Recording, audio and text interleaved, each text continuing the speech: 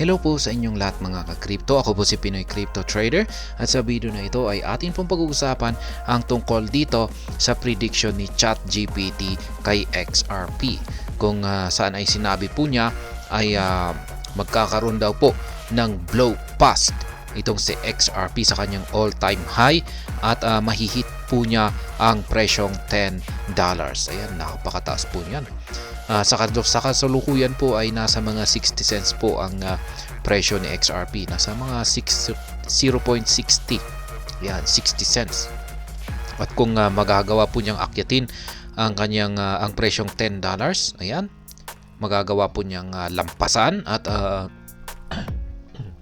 yung pagkakasabi po niya rito ay blow past. Sasabog po siya at lalampasan po niya ang kanyang previous all-time high. At magtatala siya ng panibagong all-time high niya. At yan nga, mahihit daw po niya ang presyong $10. Kaya yan, mula 60 cents to $10 ay ang laki po na price gain yan. At ayan, bago po tayo magpatuloy ay nais ko lamang po munang bigyang linaw ang aking disclaimer kung saan ang nilalaman po ng video na ito ay hindi po ito isang financial advice. For education and information purposes lamang po ang layunin ito. Maliban po dito ay nais ko na rin pong magbigay babala na wala pong kahit anumang group chat ang Pinoy Crypto Trader. Yan, ang sabi po rito ay, the price of XRP may have struggled in recent times, but AI chatbot ChatGPT expects a comeback of a century recovery from the cryptocurrencies. Yan, sa mga hindi po pala nakakakilala kay ChatGPT ay siya po yung sikat ngayon na pinakasikat na AI chatbot.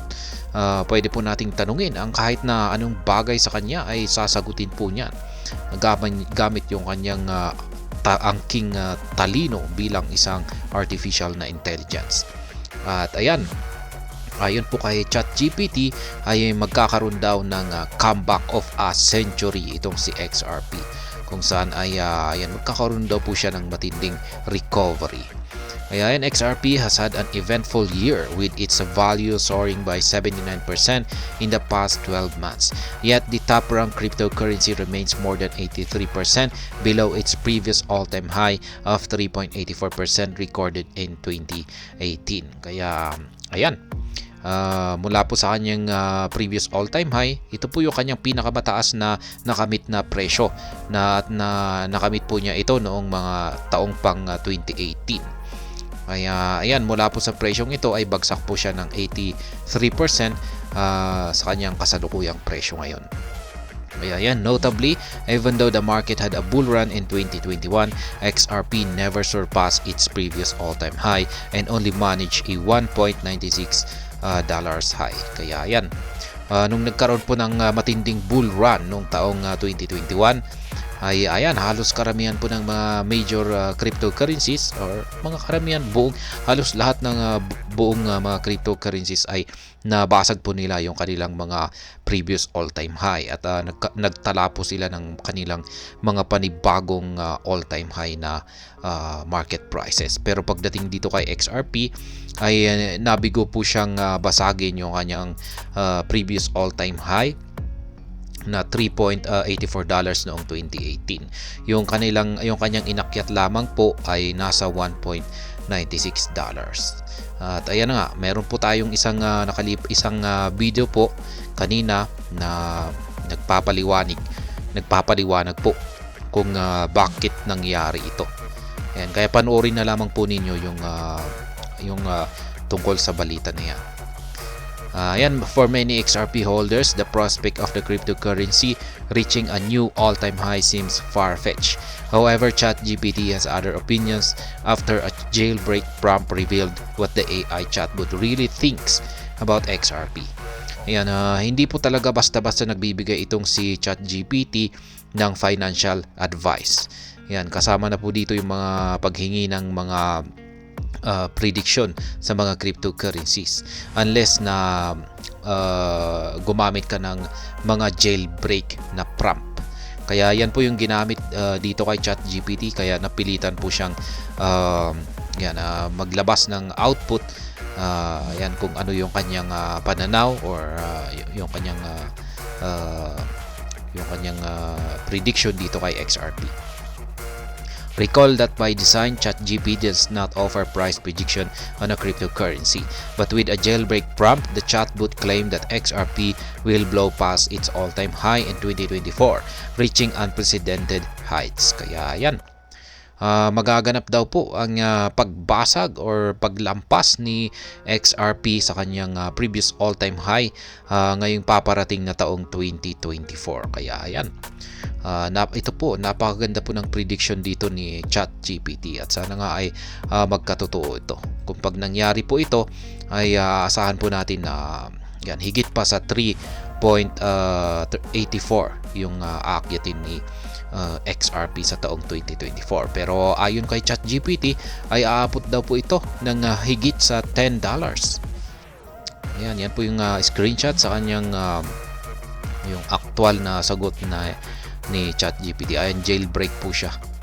Absolutely, sabi niya, XRP is going to blow past in its all-time high in 2024. It will reach unprecedented heights, leaving its previous ATH in the dust. Hold on tight for this incredible journey. Kaya yan, ang tindi. Kaya yan, XRP to surpass $10 amid a roller coaster. Another notable prediction from ChatGPT is that there will be a crypto roller coaster in 2024. Ayan, may magaganap raw na roller coaster sa taong 2024. Ibig pong sabihin ay aakyat, babagsak, tapos aakyat. Ayan, ganyan po yung roller coaster.